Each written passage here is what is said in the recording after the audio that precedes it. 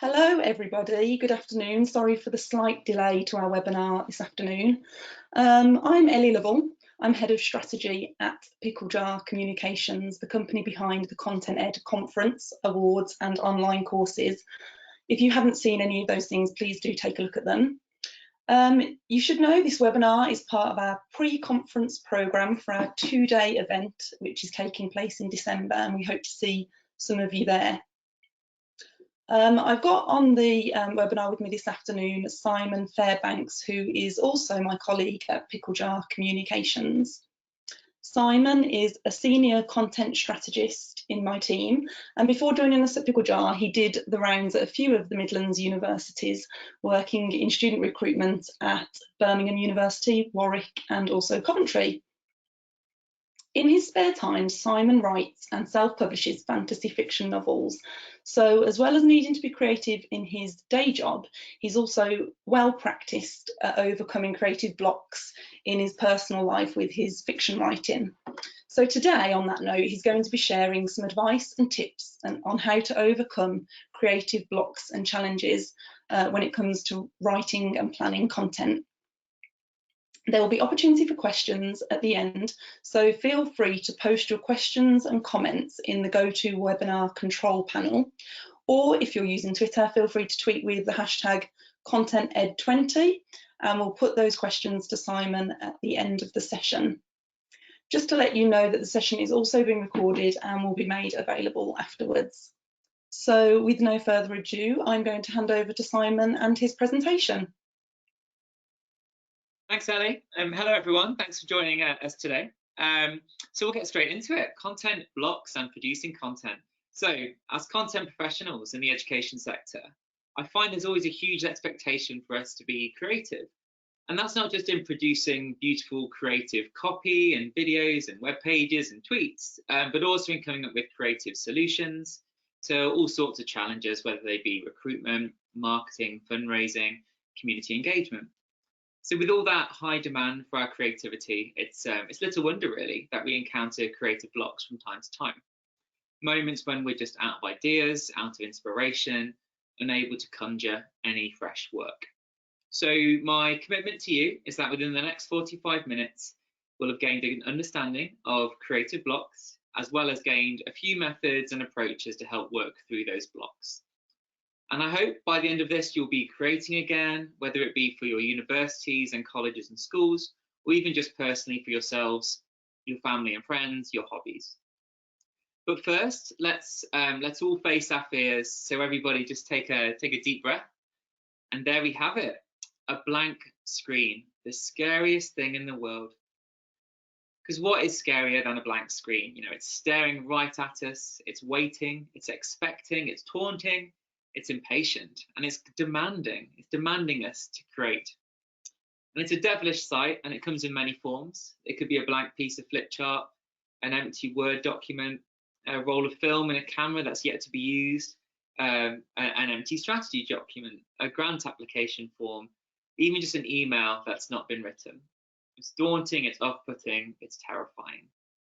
No wonder people have creative blocks with such an expansive white screen looking at them. But that's all the more reason to discuss them. So we're going to start by furthering our understanding of creative blocks. So I'm going to offer you a short history of guises, causes, and cases. So a creative block is a condition in which a person loses their ability to produce new work. And there's different names for it. You've probably heard of writer's block. That's the most common one. As a writer myself, I'm very familiar with it. But there's other names as well: creative slowdown, analysis paralysis, even stage fright if you get up on stage regularly. So it comes in different guises. And what causes it? Well, I'm extending the term to mean anything that stops you from creating. So that's a combination of internal factors, but also external. So it can be as simple as a lack of inspiration or just boredom with the project that you're working on. Or it can be very painful self-doubt, imposter syndrome. It could be as simple as having a cold, so you're just not well enough to create, you don't have the energy. Or it can relate to more serious things such as depression and anxiety. So Virginia Woolf often got writer's block because of her depression. There's also external factors. And I'm sure as colleagues from the education sector, you're familiar with some of these things. So not having enough time, for instance, that's a huge thing that can injure our creativity. Also, perhaps pressure from the person demanding the work, whether it be a manager or an audience. And then it can be personal issues, everything from relationship problems to financial. Sometimes it's social distractions, if you have a particularly sociable or chatty workspace. It can be competing priorities, or it can just be environment. And let's face it, we're all in very challenging environments, arguably at the moment. If we're working from home, we might have children at home with us. We might have our doorbell ringing every 5 minutes. So an environment can be really disruptive to creation. And who's affected by creative blocks? Well, anyone who's tasked with writing, and not just creative copywriters, which is often what people think, but anyone who's had to write a strategy, an internal communication, a CRM communication. We can be affected whether we're designing slides, whether we're writing a campaign brief or responding to a campaign brief with a pitch, even conjuring the words for the caption that accompanies an Instagram picture. You know, that requires us to be creative. And it also extends to blog posts, adverts, speeches. But I suppose crucially, it's not solely exclusive to writing. Content professionals have to be creative in all manner of different kind of areas and facets of work. You know, creative blocks are experienced by photographers, by video editors, animators, illustrators. You might be a content professional who does a lot of structural work on websites, so creating content models, information architecture. It all requires creative thought, whether you're designing or delivering training, whether you're putting together a market research strategy, maybe negotiating with somebody, leading a team, managing a team, all creative thought, all areas of work that creativity is going to benefit you. And also fundraising. There's so many different ways that we can make an ask for money and inspire people to donate. All requires creativity. So it's not just something for writers. And there's famous cases of creative blocks throughout time, and I thought I'd just draw out a few. So the term writer's block was coined by a psychoanalyst in 1947, but creative blocks have been happening long before then, and they're still happening to this day. So Herman Melville, he wrote Moby Dick, and then he just, a few years afterwards, after that masterpiece, he was just hit with writer's block, and he just never really got back into it, and he ended up just sort of getting a day job far removed from writing. Harper Lee wrote To Kill a Mockingbird in 1960. She then published her sort of sequel 55 years later. That's quite a big stint of creative block. But it happens to songwriters too. So Adele, between her album 21 and her album 25, there was this 4-year gap where she just really struggled to get back into songwriting. I mean, she did win an Oscar in that time, so it wasn't years wasted, but still, that was quite a hard time for her. And then George R.R. Martin, so who writes Game of Thrones. It's been 9 years since book 5, and if you're like me, you're desperate for book 6. Who knows when we're going to get that, if we're going to get that. I remember reading book 5 on my honeymoon, and now I've had 2 kids, and I still haven't got book 6. So creative blocks happen with even the best of creative people. But just to pause and ask the question, is it real? Is it a real condition that people can almost like catch and it's happened to them, or is it just a combination of factors that happen to all of us? Well, Neil Gaiman, famous novelist, his view is we're lucky if you're a writer, because if you're not productive, you can just blame it on writer's block, a condition that doesn't really exist for other professions. And I love this line: shoe salesmen don't get shoe salesman block. And Terry Pratchett, Neil Gaiman's partner in crime in many ways, Terry Pratchett's got his own view, which is there's no such thing. It was invented by people in California who couldn't write. But regardless of what you think and whether you agree with those views, undoubtedly there's times when we just can't find the words, we can't find the creative energy, and things just aren't getting created. So my plan now is to offer you some methods to help get you writing again. So my career at Pickle Jar Communications and my personal writing require me to be creative on a daily basis. So I've encountered my own fair share of blocks, I know the feeling very well of running out of ideas. And over the years, I've found certain methods for overcoming those blocks. So I'm going to share some of those with you today. And I've also gathered advice from some famous folks throughout history too, so you can draw upon their thoughts as well. So the first thing I'd like to suggest is one of the best ways to get rid of your block is to just get started. And there's different ways to get started. So one of the approaches is just create anyway. So yeah, you might not feel like writing, but then the right combination of factors might never come along. So just getting to work is essential. So create anyway. It might not be your best work, but just by creating something, you know that you can return to it later and make it better. And many writers agree with this process. So Barbara Kingsolver, she wrote, "I learned to produce whether I wanted to or not. It'd be easy to say I've got writer's block, but she doesn't wait for a muse. She chains that muse to the desk and she gets the job done." And that might sound like tough love, but sometimes you do need to push yourself to create one dogged word, one web page, one slide at a time. And I think the fear around this method relates to producing bad work, but actually it's fine to produce bad work. Bad work's better than no work, because as Nora Roberts says, you can't edit a blank page. But this is my second favorite writing creative quote of all time. Because even if you do produce something messy, you can still salvage valuable content through editing and redrafting. But there is an alternative way in. So if you really feel blocked, you could just create anything. Now, this is the process of free writing or free creating, where you produce creative work that's almost unrelated to what it is, to the task at hand. And the idea behind this is that you just write continuously for a set period of time. You don't worry about the subject matter. You don't worry about coherence. It doesn't really matter what you create as long as something is being created. Any words, any images, any diagrams, anything. And it's messy, and yeah, it might be unusable, but it's just really good for rediscovering the rhythm of creating. And actually, often it produces some absolute gems which you actually can salvage. But then a final way to get started is to create differently. So this is where you sort of give yourself permission to try different methods, maybe informal methods. So scribble your thoughts in a different way. Try some non-linear formats. Maybe write the end of your piece of work first and then go back to the bit that you're struggling with. Bullet points are great too, because they help you break large, daunting projects into bite-sized pieces. And then you can return to each bullet point and flesh it out. And mind maps are great too, just non-linear formats that make everything seem a bit less scary and daunting. And again, it's an approach that's been used throughout time. So Henry Ford, a famous American industrialist and entrepreneur, he said there's no big problems, there's just loads of little problems. So if your creative piece, if the demand on your time is too daunting, just break it down and start small. And Mark Twain agreed, the secret of getting ahead is getting started.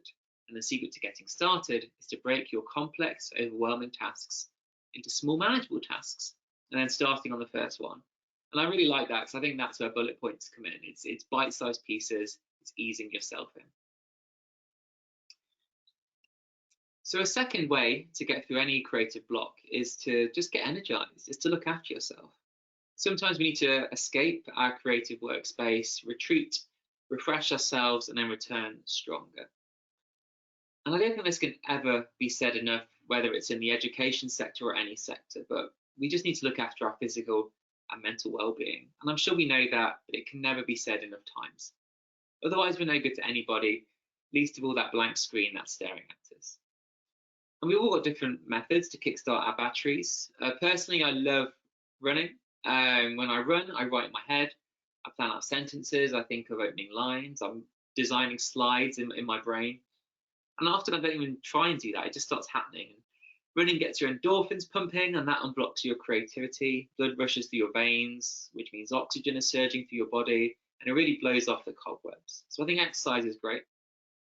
And I put drink there, so drinking tea and coffee. It sounds like a stereotype, but caffeine can really give your creativity a kick. Caffeine blocks this inhibitory neurotransmitter in your brain, and that causes a stimulant effect. And that improves energy levels, mood, various aspects of brain function.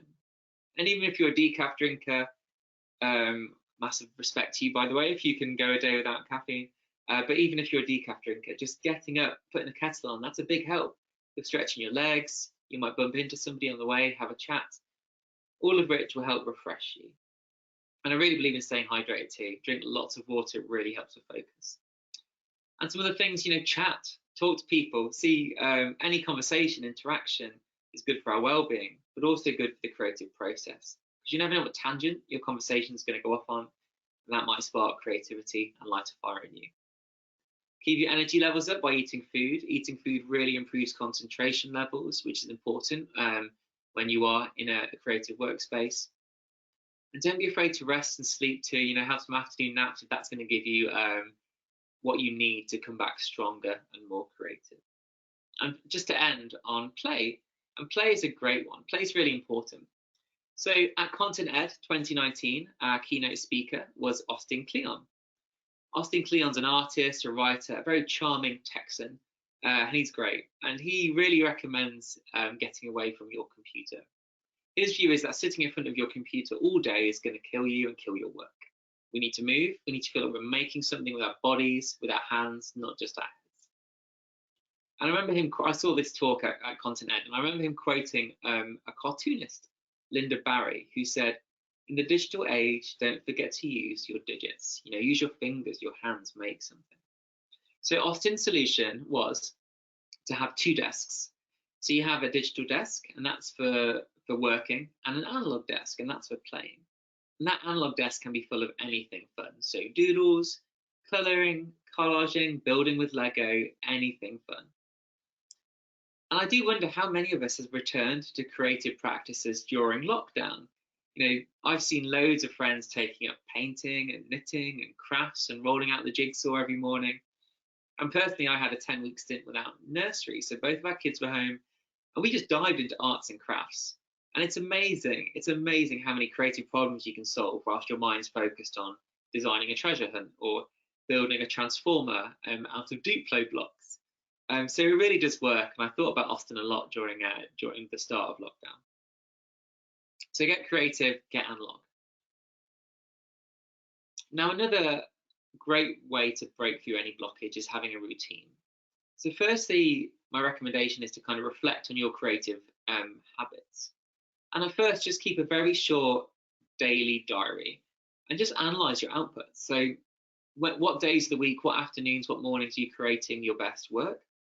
And then try and remember what was happening at the time. What environment were you in? What was your mood? Were you listening to music, or did you have pure silence? And what changed between your productive days and your unproductive days? Because environment's a huge contributor to creative block. Too much noise, too little? Is your chair uncomfortable? Have you got notifications pinging in the corner of your screen?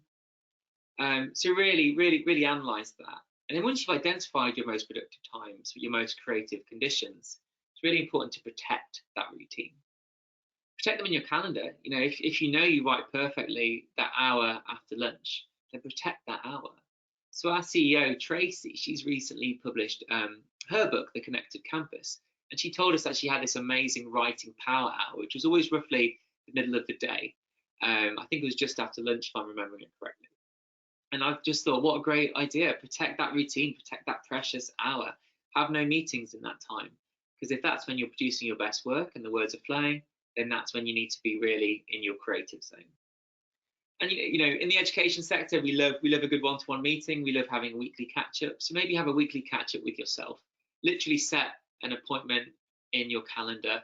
It could be a Simon one-to-one, where your only person that you're going to contact with is yourself and your muse. And you're going to get those words down.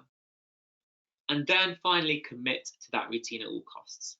So if that routine is there, if you've got that protected hour or afternoon, commit to it and form a habit around that routine. So even on days when you're not feeling creative, make sure you show up and do your damnedest to get that creative work going.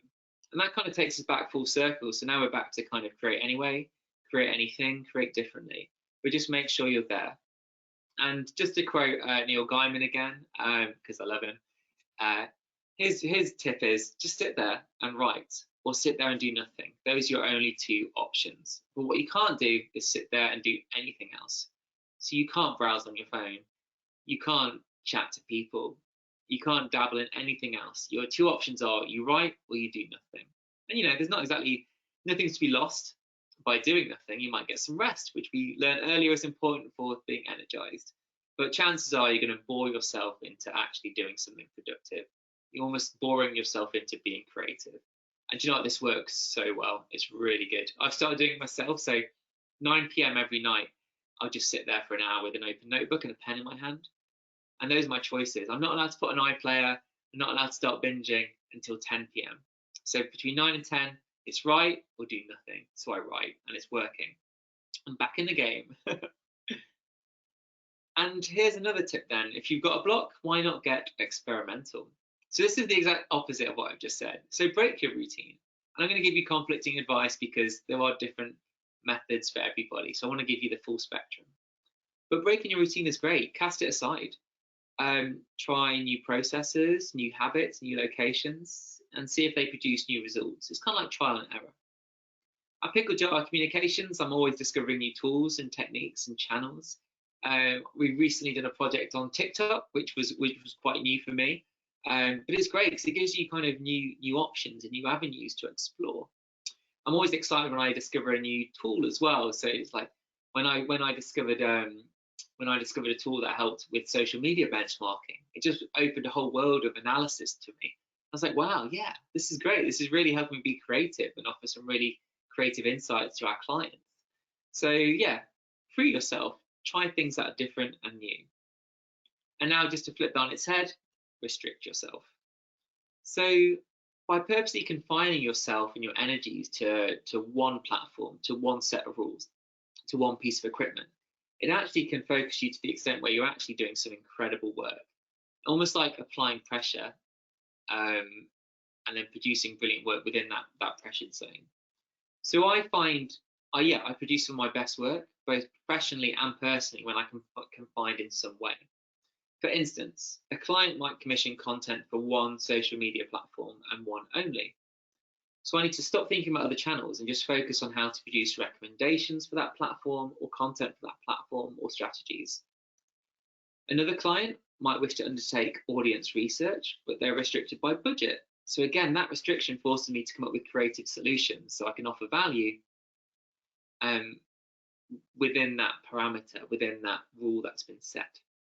And as for writing, some of my best stories, probably my best ever story, was written to a mandatory theme with a very tight word limit. So by having, I remember the first draft of that story was 8,000 words. I needed to get it down to 5,000. And by having that restriction, I was just cutting nonsense. I was cutting needless words, pointless sentences. I was tightening, I was honing, and it resulted in a much better story for it. So restrictions can work wonders. Now, sometimes the problem isn't a creative block. Sometimes you're just empty. And that's a very important area to explore.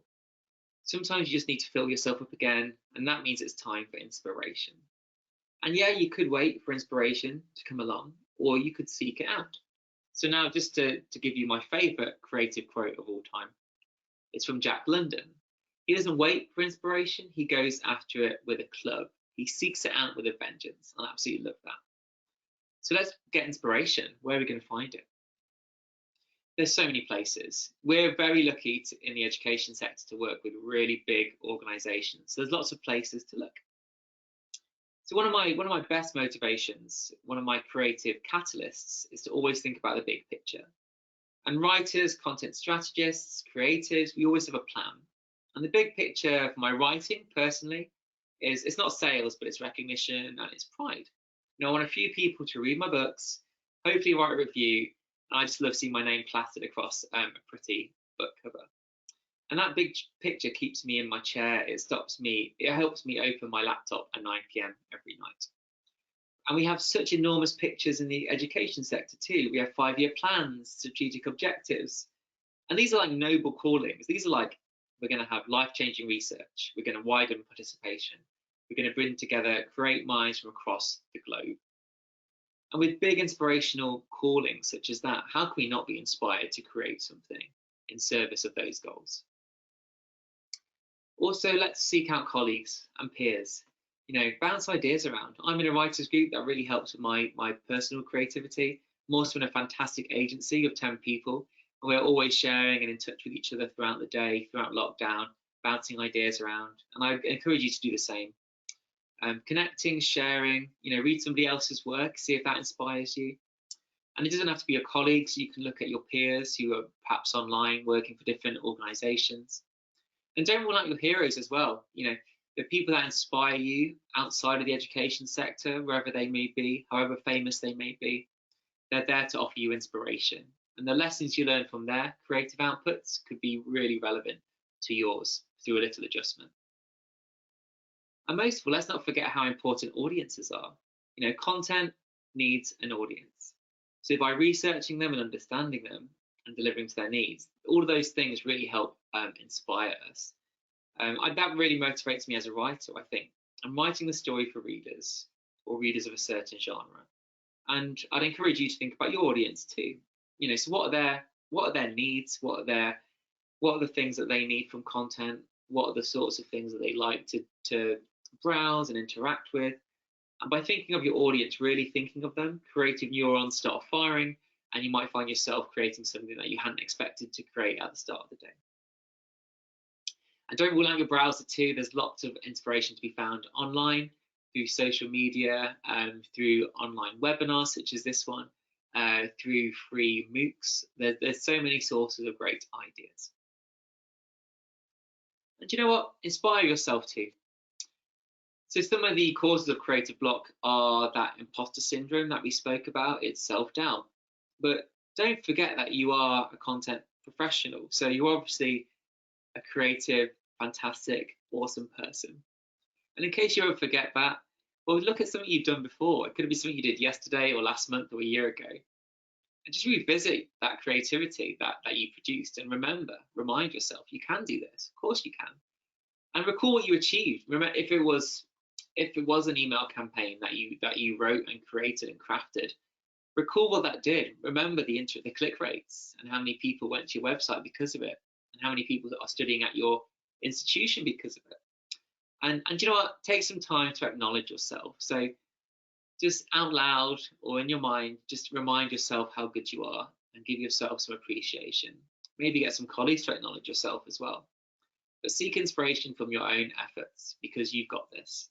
And use that confidence to power forward and power through. So this is just a little reminder of what we talked about. So the 5 areas we spoke about: getting started, getting energized, getting into a routine, and then casting aside that routine and getting experimental. But also, if you're not just blocked, you need filling up, get inspired too. And you know what? Every creative person has their own process, which is why we've talked about so many different techniques. And new techniques are being discovered all the time. And that's why I'm so buzzing about ContentEd in December, because that conference is going to bring together content professionals from across the world. And they're all going to be working in the education sector, and they're all going to be bursting with creativity. And there's no better opportunity for us to exchange ideas and methods than at a conference. We're going to unlock our creativity. We're going to replenish ourselves with fresh inspiration on a global scale. And one of the best things about ContentEd this year is that the conference is being held in Bristol, which is like the birthplace of all these amazing creative types like Banksy and Massive Attack and Damien Hirst, and at least 3 Game of Thrones actors. So come together to that creative hub in the UK and share some ideas. Now, there's one last thing we need to do. We need to revisit that blank screen. And hopefully now you're seeing something that isn't terrifying, but something that's wonderful and brimming with possibility. And for me, this is a beautiful sight. What could be better than a blank piece of paper, a blank canvas on which we can write? There is potential, there is possibility, there is opportunity. And this is your starting point for sketching out great content, writing a strategy, achieving your objectives. It could even be writing a policy. You can change the world with a blank piece of paper. All you need to do is start creating. And hopefully we're all in a really good place to do that now. So, thanks for joining me. I'm now going to hand back over to Ellie to chair the questions. Simon, thank you for that That was a great presentation with loads of different bits of advice and tips for everyone. So hopefully there's something useful there that everybody could take away. I just wanted to say for me, that kind of blank screen, I always associate creative block with creative writing, and you acknowledged this in your presentation. It doesn't just apply to creative writing, it applies to kind of anybody who needs to put any sort of document together. So when I've got to put together a strategy or a proposal, having that kind of daunting blank screen it is a bit off-putting, and so I always kind of start with notes and ideas and then try and put that into some sort of structure before putting it into something more coherent. So I could definitely identify with that. Thank you. So we've got a couple of questions coming, but if any of the attendees do have any further questions, please pop them into the question panel in GoToWebinar, or feel free to tweet them if that's easier for you using the hashtag ContentEd20. We've just got 10 minutes left to go through a few of those. But first of all, from me, how do you kind of balance the different types of creativity that you need for creative writing in a kind of professional context for the work that you do, and the type of creativity that's required for the kind of fiction writing and what you need in your personal life? Are they different types of creativity? Do they require different tactics and approaches?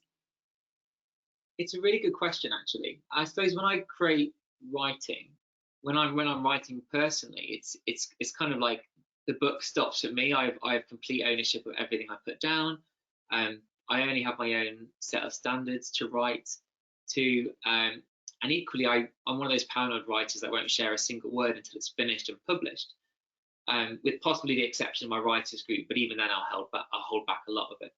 So actually, one of the benefits of creating in a workspace is that you do get feedback and you can bounce ideas around. And that's something that's not available to me in my personal writing. I suppose the flip side is then the benefit of creating personally is that you are more liberated than you ever will be, because you can literally do what you want, for better or worse. So there are differences there, but I'd also say they lend each other really well to themselves. So my MacBook started rebooting yesterday, and I didn't have a MacBook for an hour. So I still got my pen and paper, and I applied my personal writing techniques. So I started drafting a content piece that I'm writing for a client just with pen and paper, and it worked wonders. And I was like, wow, why am I not doing this more often? So yeah, I guess what I'm saying is the techniques for each can actually be transferred, and you can learn from each process. Yeah, and I think what you said there in terms of the idea of having or not having feedback, it's kind of like a double-edged sword, isn't it? Like sometimes it can be nice not to have feedback on your creative process and your creative outputs, but then also it's good to seek feedback, but then you've got to kind of measure your own creativity and your own outputs by your own standards, and not do too much by way of comparison that kind of might inhibit your creativity further. Yeah, it's definitely a hard one. But yeah, I sometimes do get cold feet sometimes, where you spend like a year on a book, and then you're like, oh no, what if this isn't good? I probably should have run it past somebody. So yeah, definitely a double-edged sword. Okay, great. We've got a comment rather than a question from Gordon. Say thank you first of all, and then suggesting that plagiarism can be a good creative source. So not like blatant plagiarism, but looking at what works in a thing that you like, and then trying to look for the same sort of thing that in the work that you're trying to do, but in a different style. Just wondered if you wanted to kind of pick up on that, or if there's any comments around that, because for me, I think that resonates a little bit as well with what Austin Kleon was saying at ContentEd last year around plagiarism as well. Absolutely, yeah. I was rereading the Austin Kleon book, and absolutely, yeah. Because there's the fine line between stealing and plagiarism, which was the point he made. But also, I think there's many famous quotes where authors and artists just quite boldly say that, yeah, they're not ashamed to steal. Everyone from like Steve Jobs to Picasso to Philip Pullman, they've all come out with these nice quotes that I can't remember off the top of my head, but they acknowledge that they have stolen good ideas. Yeah, and Austin's book, actually, I've just remembered, is called Steal Like an Artist. So that might be a good one to look at, Gordon, if you haven't seen it before. Yeah, very good point. I forgot about that. But yeah, absolutely. Yeah, we've got another question from Raina, just saying, have you got any favourite warm-up exercises for when a block does arrive? running's probably my go-to. I always feel quite supercharged after a run, but really it is that that Neil Gaiman method of just sitting there and getting started. And it was, I remember, like, it was really hard, like, when I started out writing properly. I just couldn't get into the rhythm. But I've just learned now that, like, a cup of tea and a blank piece of paper, yeah, I'm gonna bore myself into creating, and then 5 minutes in, you're away. So it's just getting over that initial hump, I think. Yeah, and to add to that, I think for me, I'm not sure if this kind of contradicts your point actually, but sitting in front of a blank screen, and you can kind of overwork something in your mind as being more intimidating than it is. And well, I suppose it is in agreement actually with what you're saying. You just need to get some words on the page, whatever they are, and once you actually start the task, it's never quite as bad as the kind of getting into the task in the first place. So yeah, and then the other thing that I like to do on that point, not that I am the most creative person in the world, but it's take a walk always works for me if I'm kind of stuck in that place where I can't get the words out onto the screen. Just kind of stepping away from the computer, kind of going into the garden to water the plants or something works for me. Absolutely, yeah. There's another famous quote, I've forgotten who said it now, but it's something like, I hate writing, but I love having written.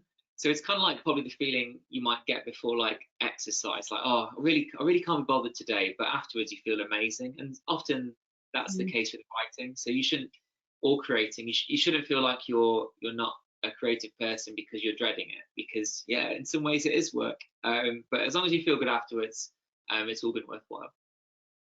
Great, thank you. So then I've got another question for you around kind of how do we bring creativity in our work in the sector? Obviously, like, time is really tight at the moment. Everybody's busy trying to juggle so many different tasks and responsibilities and channels and communications, and some of it is quite serious as well. So how can we find the time and the opportunities to be creative around kind of serious topics, or when things just feel a bit kind of much? Yeah, I suppose it's not seeing them as being different. It's almost like it's applying the same processes to whatever our creative work.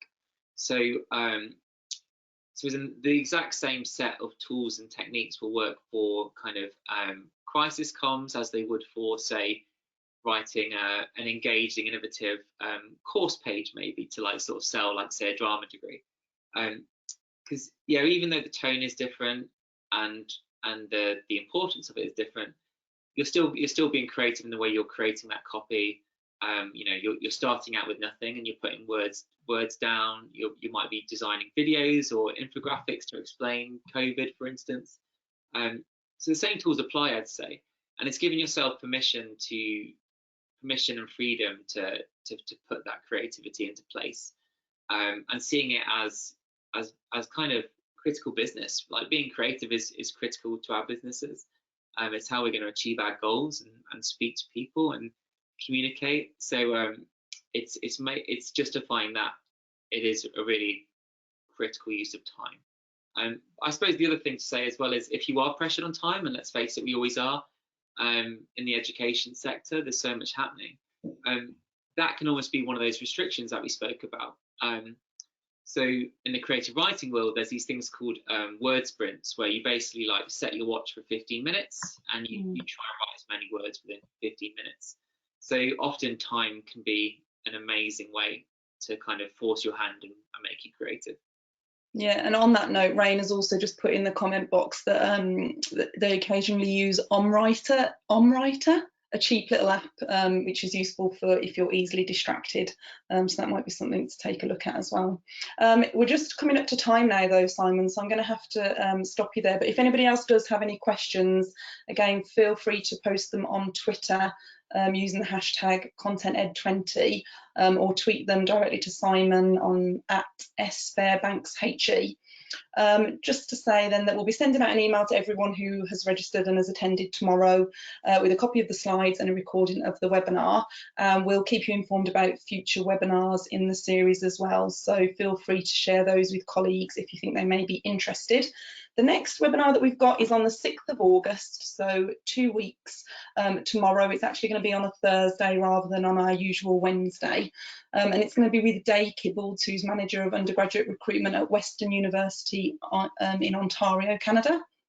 She'll be giving us some tips and advice on DIY project management. So if there's any of us having to manage projects and don't really have project management qualifications or experience, she's going to be sharing kind of some tips on how to manage projects successfully in institutions with quite complex structures like we find ourselves in. And obviously, if you want any more insights and expertise, do please take a look at the ContentEd website, where you'll find further details about the main conference that we've got scheduled for December, as well as our online courses that we have created. There's a 16-week online training program in content strategy, as well as some shorter 6-week programs. And there you'll also find past webinar recordings. I think this is the 6th now in this series, and information about the upcoming webinars that we've got scheduled. So thank you everybody again for joining us this afternoon. Thanks Simon for sharing all your tips on creativity. Hopefully we can put them into practice for the last couple of hours of the day. And that brings us to the end. So enjoy the rest of your day everybody, and we hope to see you again soon.